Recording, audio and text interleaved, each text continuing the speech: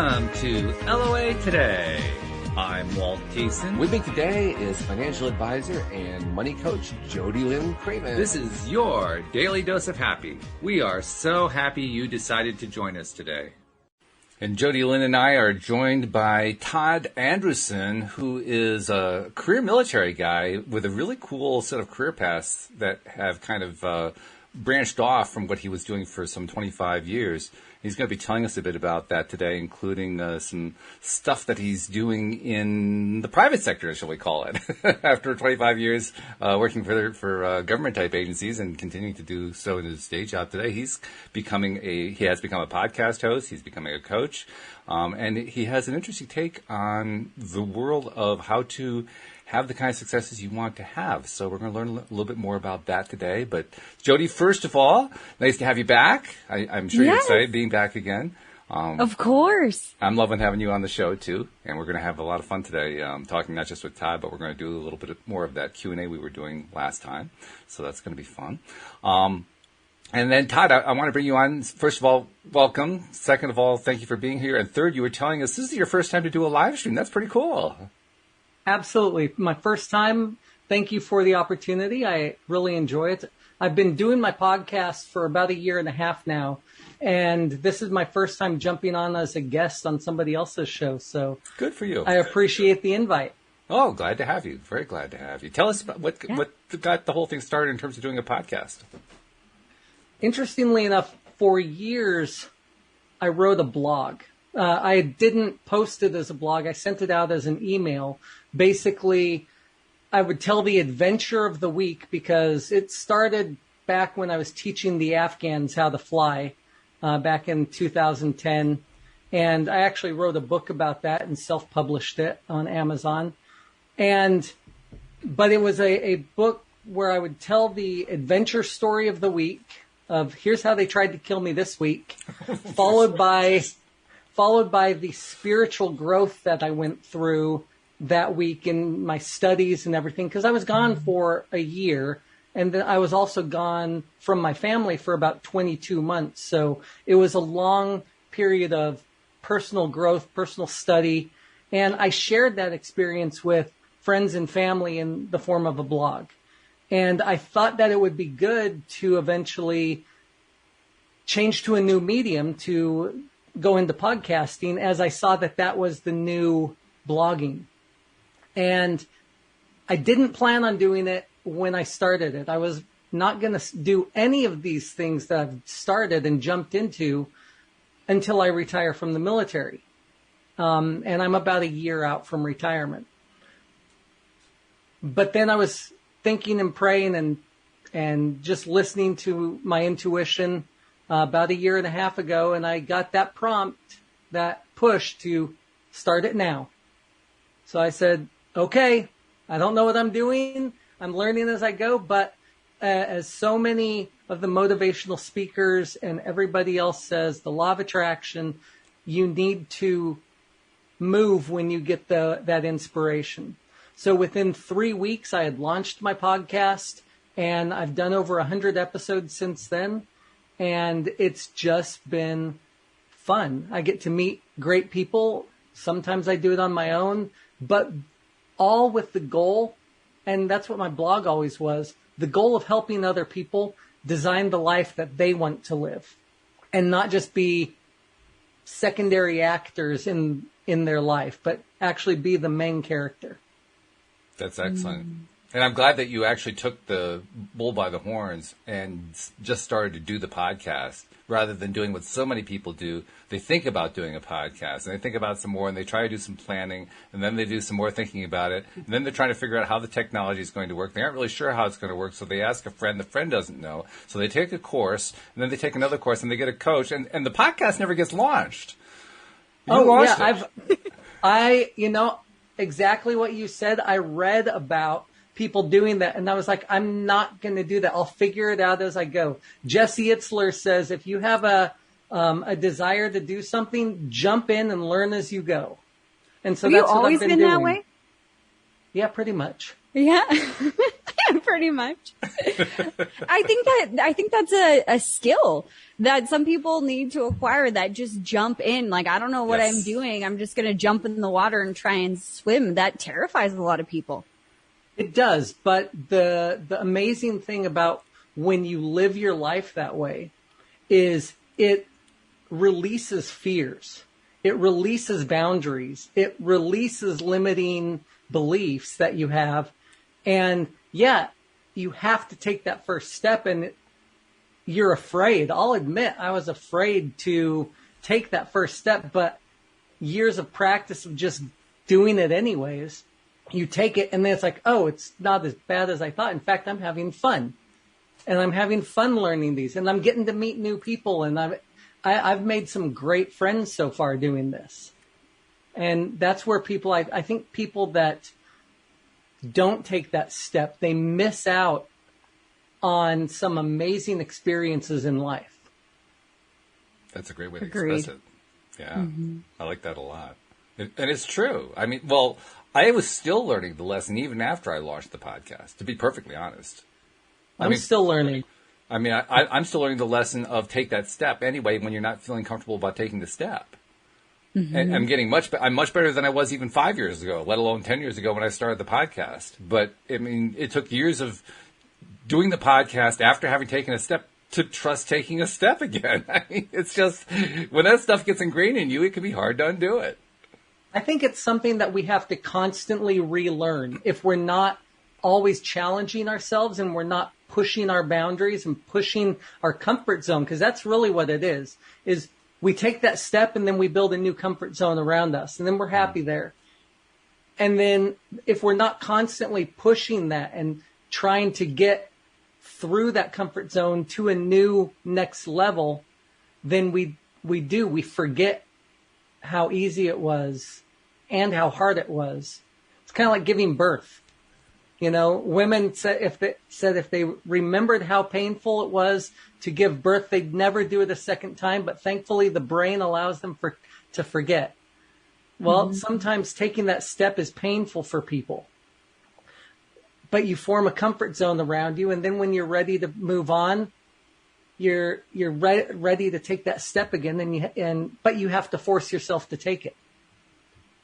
So take that leap of faith. Yeah. Yes.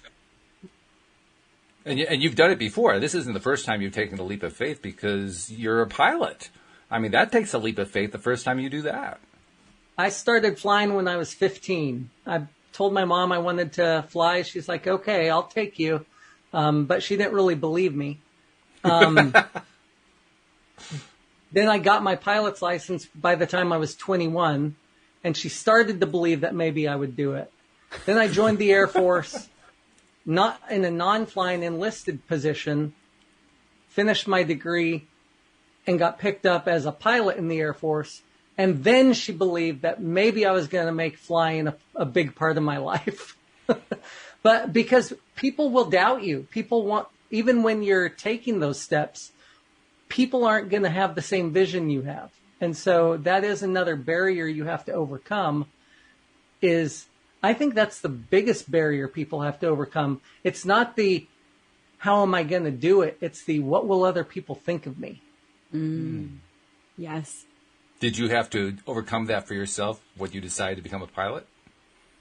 No, because I had made the decision I wanted to be a pilot when I was 8, and I watched Top Gun for the first time. Ah, okay. So that was an easy decision for you. It was easy. And then after going up and flying for the first time when I was 15, I was hooked. I saw a joke meme a while back, funny enough, in the latrine at a flight school. And it said, give your child the love of flying, and you will never have to worry about them doing drugs, because they will never be able to afford them because they're trying to afford flying. I think you could also say that about horses. That was my background. Yes. Exact same thing. Oh, I love horses. But they're an expensive hobby too.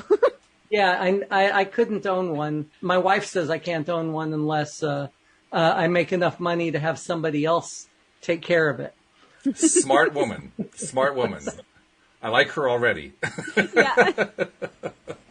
But I started taking care of a lady's horse when I was 12 in order to pay for riding lessons. So I Wow. love horses. Todd, when I was like 14, 13, somewhere in there, I came from a family of chuck wagon racers. So I convinced a guy that raced on the track that I would do all the grunt work if he gave me a team when I turned 16 and I could actually drive. And that's exactly what I did. That's awesome. Yeah. That is awesome. There's always a way, right?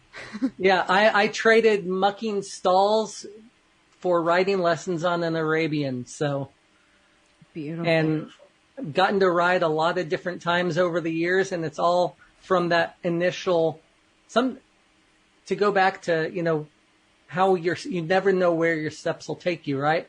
So that initial trading of manure mucking for riding lessons when I was 12 years old has allowed me to have a skill that I've used off and on throughout the years, to have fun with my family and be able to, when we were in Iceland last year, we rode some Icelandic horses, and they're like, you guys have ridden a few times, right? Yeah. So we were able to take these horses at gallop because they hadn't been ridden all winter, and they wanted to break them out, so they let us gallop all over the place. Nice. And it was so much fun. Had we not had the experience, we couldn't have been able to do that. So all started from way back when took a leap, so you never know where those choices are gonna take you in life. So true. And the choices that you made in life have led you to some interesting destinations, or not so much destinations, I guess way stations is probably a better way of describing it. And one of those way stations is the podcast. The second one is that you're developing a coaching business. Tell people about the coaching business for a moment. So I just launched fireandicementoring.com. It's Fire and Ice Coaching, and the title is based from the book, and it's meant to go along with the podcast. The whole point is to help people design the life that they want to live. And so it's geared towards business owners that feel like they're hitting a wall or a limit, and they want to break through that wall. It's geared towards people that they want to work on personal development, but lack a little bit of that self-esteem to break out of that bubble. It's geared toward especially those people that have limiting beliefs and self-esteem issues, but have big dreams. And so my experiences over the last 30, 40 years have taught me that there is nothing that can't be overcome with a good plan, some thoughtfulness, and busting down those barriers, namely getting out of your comfort zone. That's really good. I love you made reference to limiting beliefs that some people have, and my reaction was, is there anybody who doesn't have them? I mean, seriously, if you're breathing, you have limiting beliefs, right? That's right. If you've been alive for more than 5 minutes. That's right. Hey, I know with everything that I've done in my life and all that, I know I still have limiting beliefs on finances. I know Jody, you talk about finances, and my goal is to be a millionaire. But I know that I have a limiting belief about that. So that's something I'm working on as I'm helping other people. I'm also helping myself. We all have to constantly work on that. Mm-hmm. That's true. Always in this evolution process, right? Yes. Good description. Todd, I've got a question. You teach, self-esteem and, how to bust through your limiting beliefs and stuff like that. And yes, everybody has limiting beliefs. Self-esteem, I think that a lot of times what we teach is what we've had to go through or struggle with to understand, and that, helps us teach. But I can't imagine, like, just looking at you, you seem very confident. Did you have to deal with that self-esteem stuff? Or, is that just something you watched others go through and were able to pull them out of? Or I'd love to hear more about your journey on that side. Yes and yes. So it's an interesting thing. I'm a pilot. I have a very high self-esteem. Sometimes my wife would jokingly say narcissistic, but without actually being narcissistic. Pilots just are can be A-type personalities and are very sure of themselves because everybody on the plane is putting their life in our hands every single time that we fly. So you have to be very confident in yourself. But when I was younger, I was my older brother's slave. I was the weird one. I was the goofy one. As told to me by my older brother, not to knock him. He wasn't a bully at all. It's just we had 180-degree out personalities. And so when we hit middle school, he thought I was weird. I thought I was cool. He was part of the cool club. I was not. And I had to learn at a young age to be comfortable with who I was. And as soon as I learned how to be comfortable with myself, I broke that limiting belief and that self-esteem issue that I did have for a few years.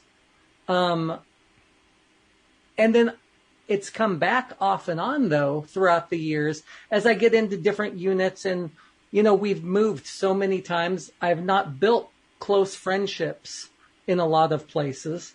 And so you always have, I like to say you have a devil and an angel on each shoulder. And, we've all heard the discussion about the wolf. There's one wolf that wants to tear you apart and another wolf that wants to feed you. And whichever one gets stronger is the one that you feed.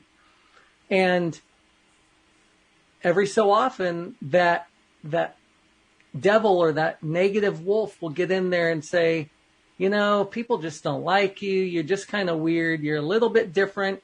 You're not the normal guy. You're definitely not the typical pilot. And all these things, blah, blah, blah, blah, blah. And I would have to overcome those again. And now for me, that may be a much quicker process than for other people.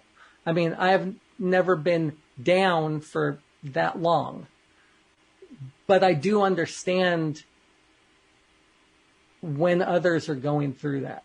I think God blessed me with a little bit of empathy to be able to understand others' emotions and see what they are going through. And I've had to experience a little bit of everything which has helped, even though I don't experience the worst of the anxiety, I've had anxiety. Even though I haven't had the worst of depression, I've been depressed. Mm-hmm. And so having little experiences, it allows me to understand what some people are going through. Yeah. If that answers your question. Definitely. Absolutely. Really I think that's magnificent. I mean, you were so young to go through that the first time and just decide, I'm going to be comfortable with myself. I like who I am. I think, there's a lot of people in this world who are 70, 80, whatever, and still don't feel comfortable in their own skin. I know that took me a long time to be comfortable in my own skin. Sure. Well, and that's one of the things I really try to help people with and to understand, because I think poor self-esteem and not being comfortable with ourselves, which is part of poor self-esteem, is really a root cause of about 90% of the issues, both mental and physical, that people go through. And she's not comfortable. Exactly. She's got to get comfortable. And so they, it's about 90% of what we all go through is the root cause. And I like to dig out the root cause and then help people to overcome the root cause, not just symptoms. Mm-hmm. That makes sense. I think everybody can build a really good self-esteem when they learn just a few little things. It's not rocket science, or as we like to say, it's not rocket surgery. Merging the two together. I like that. Yeah. Actually, you're touching on one of my two favorite subjects that I like to combine together. And Jody, I'm not sure if I've done these two with you, but I've talked about it a lot on the show. Because I agree with you, self-love, self-esteem, that's like one of the key components. It's one that gets overlooked more often than not, a lot more often than not. But there's also another component that I consider to be equally important, maybe even more important.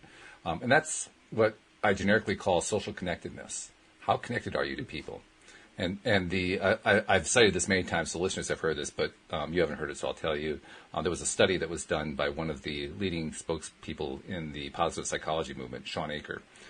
And the study he did at Harvard University, he was trying to identify what it was that made Harvard students either succeed or not succeed. And he did this huge study, lots and lots of questions, and he couldn't find any correlations except for one question that he threw in at the last second as kind of an afterthought. The question had to do with social connectedness. And when he added it all up, when he combined all the data together, he found that there was a 0.7 correlation between social connectedness and whether or not you're going to be successful in life. And 0.7 means 7 times out of 10, it's going to accurately predict it. And to give you a context for that, by comparison, the correlation between smoking cigarettes and getting cancer is 0.44. So it's a very, very high correlation. And in my mind, when I combined how well or how poorly socially connected you are with your self-love, self-esteem, self-confidence, to me, that's pretty close to 100% predictive of whether or not you're going to be successful.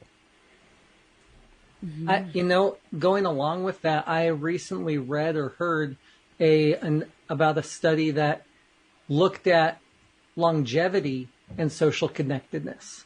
And they found that people with a much higher social connectedness value, or in other words, more friends, tended to live 7 years longer and healthier than those that did not have friends and they did not have that social connectedness. So it literally is your life to be socially connected.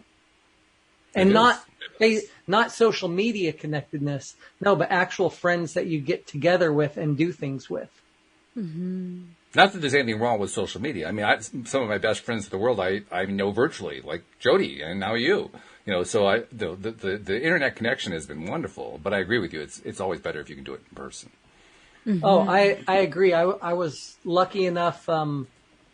Last month, I went to Ireland. I'm in Europe, so I can travel to a lot of different places for not too expensive. So I went to Ireland for a weekend to meet 4 of my friends that I had made over the last 3 years on Instagram that all live in a certain city, and met them for the first time in person. It was so much fun to just go out to dinner with them and hang out and get to know them on a social basis. Yeah, that's always fabulous. That's so cool. There's something about being in person. I mean, even when we're connecting right now via Zoom, and it's going out through StreamYard as well. But with that virtual connection, you're still dealing with the fact that we're looking into monitors, we're talking into microphones. There's like little half-second delays in what we're saying and so forth. And so we adjust to it. I mean, we handle it. But it's not the same level of spontaneity that you have when you're in the same room. I mean, if you got 2 people talking at once, it's not like the technology is blotting one of you out. You still hear everybody, So all that dynamic that goes on when you're in the same place is different, and it's valuable. Oh, yeah.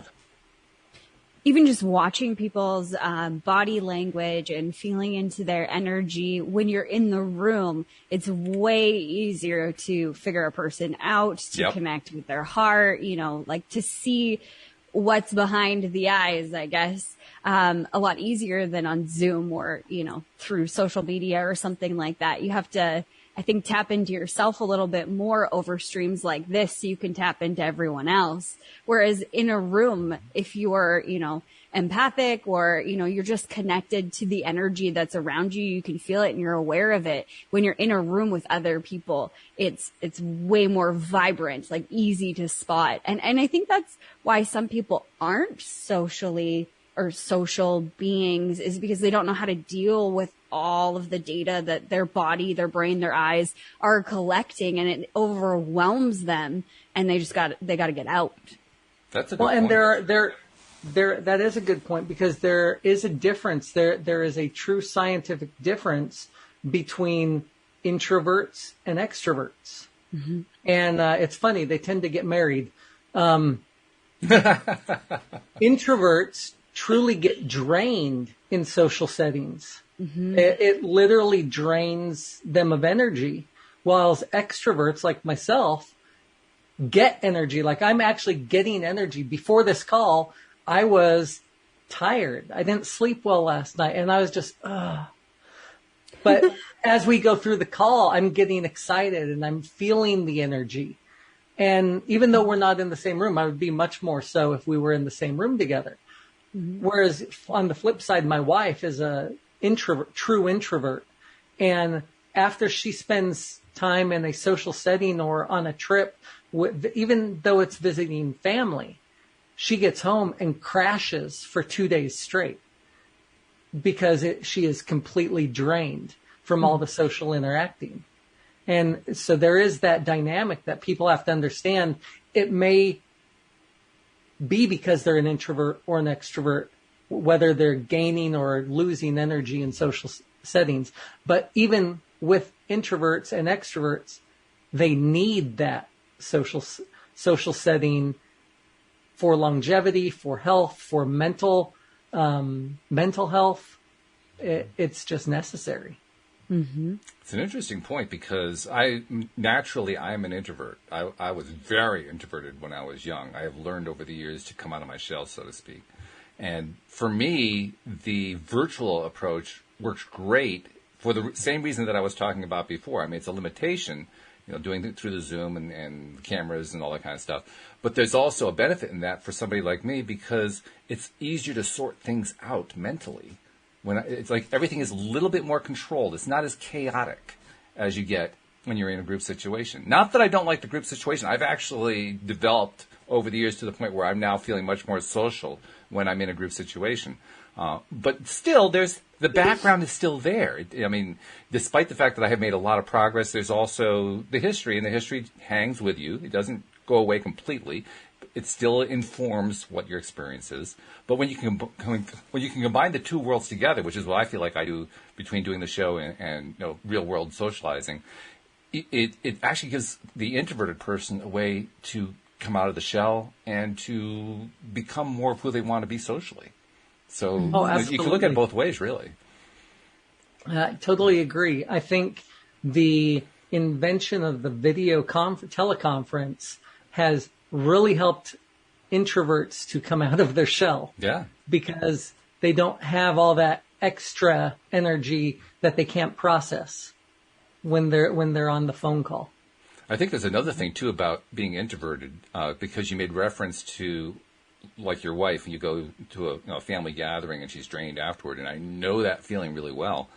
I also know that whether or not I feel drained is going to be directly proportional to the conversation and who I'm conversing with. If the conversation is highly negative and highly tearing down and so forth, I have a lot of defenses in place now that I can handle that better. But that drains me so fast, no matter how I look at it. It just drains me. Whereas if I'm in a conversation with people who are, like law of attraction people or something like that, I mean, I could do that for hours. And afterward, I'm flying. I'm in no, I don't need a plane. Hey, I can fly without the plane. This is great. So I think that also informs the situation, particularly for introverts. I imagine it also works the same way for extroverts, kind of in reverse in a sense. But I imagine that everybody has that kind of impact in terms of it does. Interact. It does. And I think you've probably heard that, you become like the 5 people that you hang out with the most. Mm. And so I definitely believe that, especially with the law of attraction, you become like the people that you hang out with. So if you hang out with negative people, guess what? You're probably going to end up negative. Mm. If you hang out with positive people, you're going to end up pretty positive, looking at the positive side of life. If you hang out with rich people, you're probably going to end up rich. If you hang out with poor people, it's no surprise that you don't have any money. the interesting thing with that is you can choose your group. And so many people just go with, whoever's around them. It's taken us a while, but we realized that even with family, and I love my family and my wife loves her family, even with family, if there's somebody that's a poison person in your life, you can choose not to have them be in your life.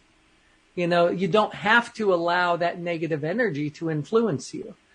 And that's okay. People need to understand that self-care is mental care too. And if somebody is a negative influence in your life, you can't change them, but you can remove yourself from the situation. Mm-hmm. You certainly can. And it's healthy to do so. Mm-hmm. Absolutely. In fact, that's part of self-care right there, is being willing to take that step. Mm-hmm. Because if you don't, you're subjecting yourself, and good luck. It's not fun. Right. Now, there is another side of this, too. Now, I was on Tire Talk earlier, which is a podcast that's run by David Stricklow, a friend of mine who also used to be here on the show. He is kind of like Esther Hicks. He channels the stream of David like she channels Abraham. And he's always a really fun conversation. This was his podcast that we were doing. And we were kind of talking about how we are influenced, particularly by our early lives. In his case, he grew up in a very dysfunctional family. His father pretty much was non-existent, disappeared from a very young age. His mom basically shut herself up in the bedroom from when he was age 6. And he was left to his own devices. It was up to him how was he going to live? What was he going to eat for food? I mean, literally everything. He lived on, quote, the wrong side of the tracks. The right side of the tracks was very wealthy, so he did have that influence if he wanted to reach out to it, which he did. But he basically came from a very highly dysfunctional and restricted background. And the way he tells the story is he is so glad that happened, because if that had not happened, he doesn't think he could have learned how to deal with stuff. He doesn't think he could have learned how to channel, how to receive the messages that he was getting. He doesn't think he could have learned how to grow himself into a place to deal with stuff that people consider to be everyday challenges. He thinks it was simply because he was thrown into this crazy dysfunctional situation from birth. So I guess it depends on how you handle the situation, no matter what your situation is. Mm-hmm. How you choose to respond. Yeah. You've heard the story of the alcoholic dad has 2 sons and beats them, treats them poorly, dies. One son becomes ultra successful and says, I'm this way because I don't want to become like my dad. The other is a bum on the street and says, I'm this way because of my dad. Mm-hmm. Mm-hmm. It's all on how you choose to respond. Yeah. That response is everything. I know for me, my mom and I had a pretty tumultuous relationship growing up. We were always at each other's throats. And she was kind of negative and would pick on me and stuff like that. And my dad would always tell me, disconnect the button. And I couldn't figure it out. How do you not get infuriated when somebody is picking on you or just trying to bother you or putting you down or whatever? That's the way that I had always felt when we'd spend time together. So I'd be so frustrated. And he kept saying, Jody, you just got to disconnect the button. And I truly believe that, when we change, everything else changes. So I started to do that inner work with myself and that relationship. Why did it bother me so much? And just forgiving her. And the change in our relationship has been crazy from that to they just went on vacation and she called me on Saturday. I actually live 5 minutes away from their house. But she called me on Saturday while they were on vacation and she's like, we came home early because I saw you on the security camera and I missed you. I love it. From one to the other. And she didn't do anything different, but she is completely different now because I was able to, heal that part of me and really stop reacting. She doesn't pick on me anymore because there's no reaction. It's okay, whatever. It doesn't bother me in the slightest. And I think that's a huge thing for people too, is the people that are closest to them. they don't know how to disconnect that button and not have that reaction and then keep going through that negative cycle and pulling or allowing themselves to be pulled down by the people that are closest to them. I love that phrase, disconnect the button. Mm-hmm. That's great because it points to the fact that only we can change. Mm-hmm. We're reacting. We are working off our own assumptions, our own views, and our brains lie to us all the time. Right? What we think is a negative, she's doing this to me on purpose. She hates me. That's just how she was taught to interact with people by her parents. And there's nothing malicious in what she's doing. It's just her personality, right? So when you disconnect that button, when you disconnect yourself from those assumptions or that mental lie that your brain is telling you, you're able to see it from a different view. And the greatest thing is, as we change, and I've seen this in my life especially, as we change, as we improve, those around us do too. Mm-hmm. It's like it bleeds off of us, the law of attraction, right? The frequencies that we've changed in our life vibrate differently around those that are around us, and they change without actually realizing that they're doing it. Yeah. Because they're adjusting to our new frequencies. Mm-hmm. That's always exciting, no doubt about it. By the way, Jody, congratulations on making that change, because those kinds of changes are hard changes to make, and you did it. Thank you. You deserve a pat on the back for that. That's great. There you go. Yeah. All right. That is awesome. Thanks, Walt. I mean, it's been an incredible journey in that respect because we had such a hard time connecting, and I had always felt really picked on. And, that was something that I really struggled with for a long time in my life, was a lot of frustration and anger towards my mom about this. And to go from that to, last weekend, her telling me, I came home because I miss you so much. Like, Aww. She's one of my best friends now. Our relationship is completely different. And it just really supports exactly what you had said, Todd. When we change those who are around us. And I use that a lot in my coaching, is my relationship with my mom, because she didn't physically pick up a book and do anything physically. It was me, and everything changed around us, which is so beautiful. Yeah. Truly beautiful. That is a beautiful story. And I think one thing we need to remember is we can only change ourselves. Because the moment we try to then take what we are learning and push it on the people around us, we end up having a negative effect, and it actually pushes them away from the change. Mm-hmm. So we can only change ourselves. Mm-hmm. Hey, Jody, I got a question for you. As you went through learning all that stuff about yourself and how to make your own changes and so forth, what role did appreciation play in that? Huge. It was one of the very first things that I identified was like missing in our relationship.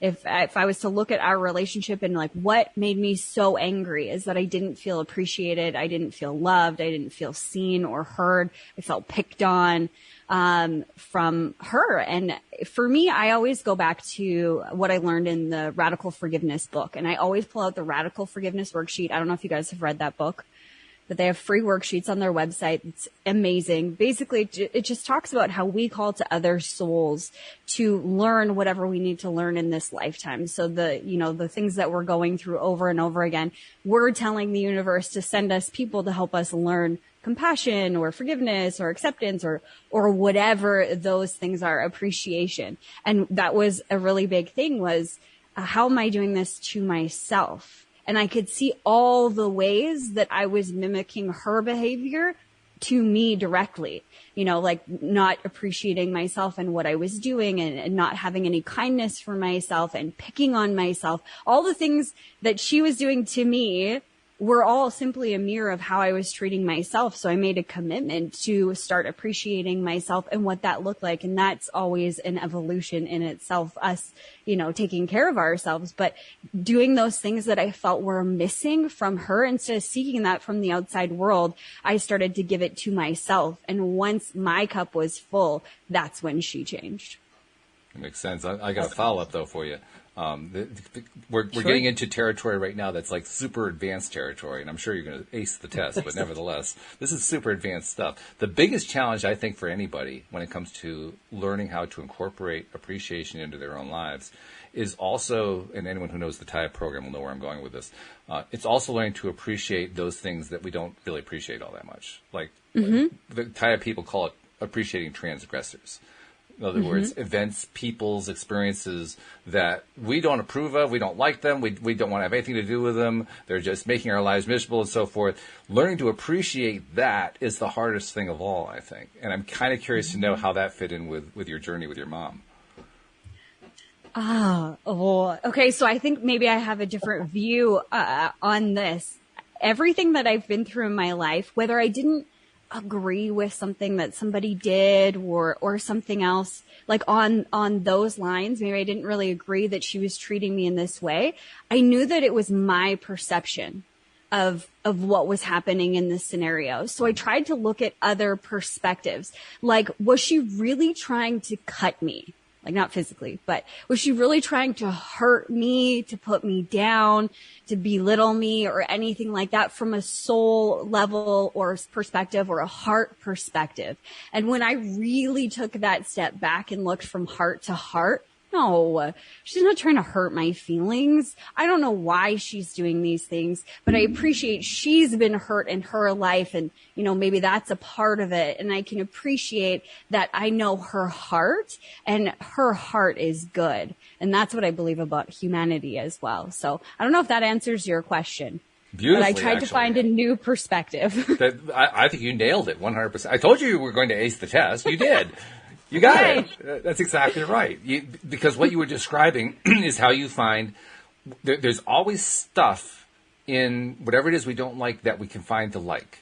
And you found things to like. And in finding things to like, you also found ways to let go of some things you didn't like. You changed the way you thought about how she was supposedly hurting you. You thought about it differently. And just by thinking about it differently, it didn't feel like she was hurting you anymore. So, yeah, you were making the change, but you were doing it through an appreciation of her, which seemed probably, when you're first starting out, that probably seemed impossible. I know for me, it felt impossible the first time I tried to do something like that, but you can learn to do it. It just takes sticking to it. Absolutely. And I think the desire to want to see it. Like, I wanted a relationship with her that was better than what we had. And I have this great desire or great belief in humanity that our hearts are good. Our souls are good. Sometimes we just do shitty things,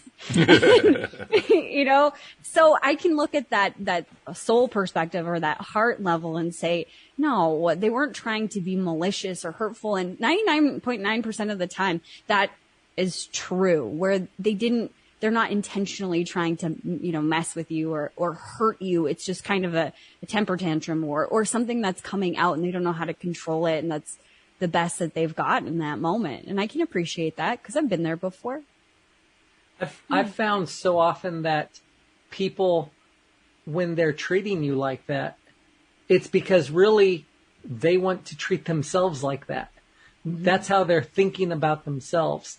And it's just mirroring onto you. 100%. That's it. I agree. We're all hurt little children that went through trauma and just trying to figure it out, right? Well, hopefully we get to the point where we're no longer hurt little children. That's the whole point, yes, right? We evolved past that. So I was thinking, I mentioned earlier we were going to try to do a little Q&A. So let me bring that in to the program at this point. Todd, what we normally do here, sometimes we get emails from listeners, and so obviously we'll do those as priority, but today we don't have that. So I just go out usually on social media channels, go to groups where people are raising problems, and grab something that's interesting, and then bring it in here for us to address as if that person were asking us. So if you're up for it, let's play a little Q&A. It's lots of fun, Todd. I'm always up for anything. Well, this is also going to be able to give you a chance to show everybody just how good of a coach you are. So this is like an audition, really. Oh, he's covering his face. Okay, so here's the first one. This is a fairly simple one. The person says, I'm in my 20s and just now realizing that I've grown up around a lot of passive-aggressive people. In turn, I've become, surprise, surprise, passive-aggressive. I hold on to anger and have the worst communication skills. So what can you give me as advice for dealing with this? Very good question, because I think a lot of us have either suffered through that or been around people that, I think that tends to be the norm in society, is we bottle things up and become passive aggressive towards those around us. The first step is, one, recognizing that you've become that way. Recognition is always the first step. Now, the second step is you have to give yourself grace. You have to recognize that, yeah, you're not going to be perfect. You are going to have times where you are passive aggressive and you can't be upset about those times. Let the past go. Let the past be in the past. How do you change it going forward? And that's always the big question. How do you change it going forward? So first off, I would start with having you write down a description of who you want to be. What kind of communications do you want to have? What kind of, not personality so much, but expressiveness in your personality do you want to have? Write it down in as much detail as you can possibly think of. And read that every morning before you start your day for 21 days. And see if that, and then read it again before you go to bed. Because when you put it on paper and then you read it out loud, one, putting it on paper makes it real. You're recognizing what you have done in the past, but you're saying, I'm leaving the past in the past and I'm going to change. And I'm changing today. This is the new me. And so you read it to yourself in the morning, read it to yourself at night, and then you focus on it. And throughout the day, you can reflect. How did I respond to this situation? How did I respond to this situation? Oh, I'm holding emotions in too much. I'm being too quiet. Okay. I commit to the next time somebody asks me a question, I'll respond immediately. And you don't focus on, when you're going throughout the day, you don't focus on the end goal of being, you do that when you're reading your paper. During the day, you focus on each individual situation. You be in the moment and you just respond, how do I want to respond now to this situation? So a lot of work, the best thing you can do is for that is to get into meditation or study about living in the moment and being present. Because when you're present, then you can actually focus and change your reactions. Hope that helps. That's good. Yeah. Want to go for it, Jody? Yeah, sure. I really love what you said, Todd. I'm along the same lines. I think the first step, like Todd said, acknowledge. And I would put a twist in here as well, because I think we always do things because there's a benefit to us. So what is the benefit, or what is the perceived benefit that you're getting from being passive aggressive? Is there a belief system that you carry or that you're holding that I can't speak my truth because I won't be liked? I won't, nobody will listen to me. They'll yell at me, whatever it is. Finding that root belief system that is causing you to be passive aggressive, because you're doing it because you believe that is the best way, or that's what you've learned is the best way. And then really needling down into what would be a better way to say it. For me, early on in my 20s, my early 20s, I was in a, verbally abusive relationship. And in that relationship, I started to kind of like turtle. I didn't say how I felt. I didn't, stick up for myself. I was, gaslit. I don't know, like all of the things, but I didn't have a voice anymore, because what would happen is I would try to voice something that I'm afraid of, or, angry about, or whatever. And it would be the explosion of the century. And I was fearful at that time. So I had to really learn how to communicate after that. So something I always do when I'm communicating and things are tough to say is I take a moment to identify what is it that I'm feeling and why I'm feeling that way. So I don't respond right away all the time, because, sometimes if I were to respond in that moment, it might not be what I actually want to say. So I want to be reflective on what I'm feeling and what I need to say. And then the way that I did it for myself to start having these bolder conversations or actually telling my truth is I started with people who I felt safe with, and started with uncomfortable conversations that I could baby step into so I could gain more confidence and more ground that way. And learning, where I kind of falter, or, where I'd fall back into old patterns, just like you were saying, Todd, this reflection of, how did I show up and how could I show up, or how do I want to show up better tomorrow? And with all of it, just love and grace for me as I go through the process of learning to communicate better. I love that. Really good. Thank you. Yeah, you guys are a tough act to follow, I have to tell you. Good luck, Walt. Well, I'm not going to create anything new here. I'm just going to tie in what we talked about before, because I think it really just ties together what both of you said. Because we were talking about social connectedness, and we were talking about self-esteem, and we were talking about how important they were. So I'm going to bring them in and say, first of all, you've been hanging around with passive-aggressive people. Well, who do you want to hang around with instead? Yeah. Get out Todd's piece of paper, and on the piece of paper, I'll turn it over on the back side and make a list of all kinds of characteristics of people you want to hang out with that are not passive-aggressive. What are they? If they're not passive-aggressive, what are they? How do they behave? When you talk with them, how do they treat you? What's their general philosophy of life? How do they approach things? What is it you enjoy about hanging out with them? Think about who that kind of person is and make a very clear list about it. And then in terms of your own growth, if you follow what Todd and Jody said, you're going to grow like crazy anyway. But take it a further step and ask yourself, who do I want to be? Yeah. So now, on the other side of the back side of the piece of paper, make another column. Here's all my characteristics of who I want to be. What kind of person I want to be. How do I want to be perceived by others? Do I want to be perceived as tough? Do I want to be perceived as kind? Do I want to be perceived as passive aggressive? What's it going to be? Make a list.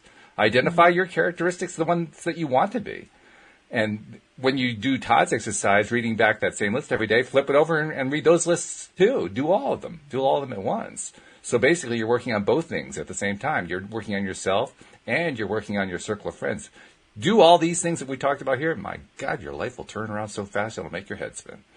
Right. And one just little addition to that is just make sure you write it in present tense as though it's already happened. Because that is what really brings the power of the written word into fruition, is when you write it as though it's already happened and you read it back in the present tense, your subconscious will start to believe it. Your subconscious can't tell whether something is happening now or gonna happen, if it's real or not. It believes what you tell it. That's why kids especially can be easily manipulated with because their brains are still developing. But everybody's subconscious can be taught and trained, and it's something that we can do to ourselves. We can change the way we think, literally. And if we do what Jody and Walt and I have said, you can change your life 180 degrees. And it's fast, too. That's the other thing that's really interesting. When we make the changes in ourselves, it doesn't take long. Mm-hmm. No. I mean, it's pretty darn quick. In fact, it can be scary how quick it is. Mm-hmm. Real quick, case in point. So my wife and I decided, and that's the key word there, we decided to cut sugar and flour out of our diet December 1st. Ooh, congratulations. And it was a decision. We were like, you know what? This is a red line. We're not going to cross it. We're cutting this out of our diet. Since December 1st, I have lost 34 pounds and my wife has lost 30. Wow. All from just and you know what we haven't missed? Sugar. And you know what I am? I'm a sugar addict and I know it. But that decision, it makes it easy. I don't even have to think about it because it's a one-time decision that's like, this is a red line. We're not going to cross it anymore. Done. And the switch flipped in my brain that even though I know I'm a sugar addict, I don't desire the sugar anymore. Mm-hmm. Wow. I like that. And I actually have direct experience with my wife on the other side of that, because if you don't make the decision, you don't do it. Mm-hmm. Right. I mean, you just don't. I mean, you could try to convince yourself you're going to kind of do it a little bit, but it doesn't work because in the back of your mind, there's like, no, I'm not ready to give up the sugar. I'm gonna have my chocolate. Forget it. I wrote down a phrase earlier before the call that I think is perfect for this. It said, if you give a person what they need to change, that wants to change, the information they need, the person can choose to act and change or fail to choose and remain in place. Mm-hmm. And that's it. And that's really what the essence of coaching is, because the coach can't actually make the change. The only person who can make the change is the person they're coaching, and the only thing that the coach can do is give them the information to let them decide whether they're going to make the change. The coach can't even make the decision. Mm-hmm. Nope. You can bring the horse to water, but you can't make him drink. That's right. It's up to the horse. How thirsty are you, horse? Yeah. How badly do you want to change? That's you right. can only drown the horse, but that doesn't help it change. That's right. Now you got a dead horse. Now you got a serious problem. Yeah, that's right. Well, this has been a lot of fun. Todd, before we go, we got to get some information from you because, first of all, they're going to probably be people who are interested in what you're doing, so we got to tell them how to reach out and find you. And secondly, we also got to find out how to find your podcast, what the name of it is, and all that kind of stuff. So, tell people about the podcast, how to find you, how to find out about the coaching program, all that good stuff. Okay, very easy. The podcast is Todd Talks, Design Your Best Life. So it's like TED Talks. But it's on Apple, Spotify, everywhere that podcasts are available.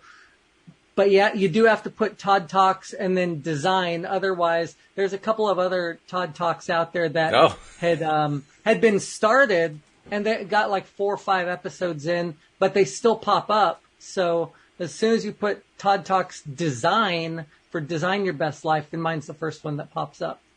And so yeah, like I said, about 105 episodes, 106 episodes in so far. For the coaching, it's fireandicementoring.com, all one word.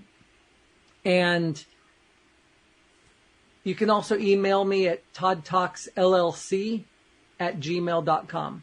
And I can get back to people with that. So. And there's a book too, isn't there? There is a book, and it's available for sale on the website through Amazon, but we've got it linked in the website to link to Amazon. And it's called Fire and Ice, and it's the spiritual journey that I went through when teaching the Afghans how to fly. So I incorporated stories and spiritual journey together. So fire, that's where Fire and Ice comes from. Fire in my soul from learning and building myself spiritually.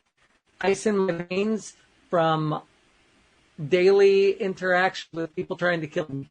Not on purpose. That's the key. They didn't do it on purpose. It was an interesting time. Now you just create a nice little wrinkle in people's minds so they want to go read the book to find out what the heck you're talking about here. This is well done here. Nice marketing, I have to say. Good job. No problem. So Jody, how did we do with Q&A this week? Did it match last week? Oh, I think it was awesome. It was so good. And it was so nice to have you here for your perspective, Todd. Thank you. I appreciate it. Thank you for having me. It's been fun.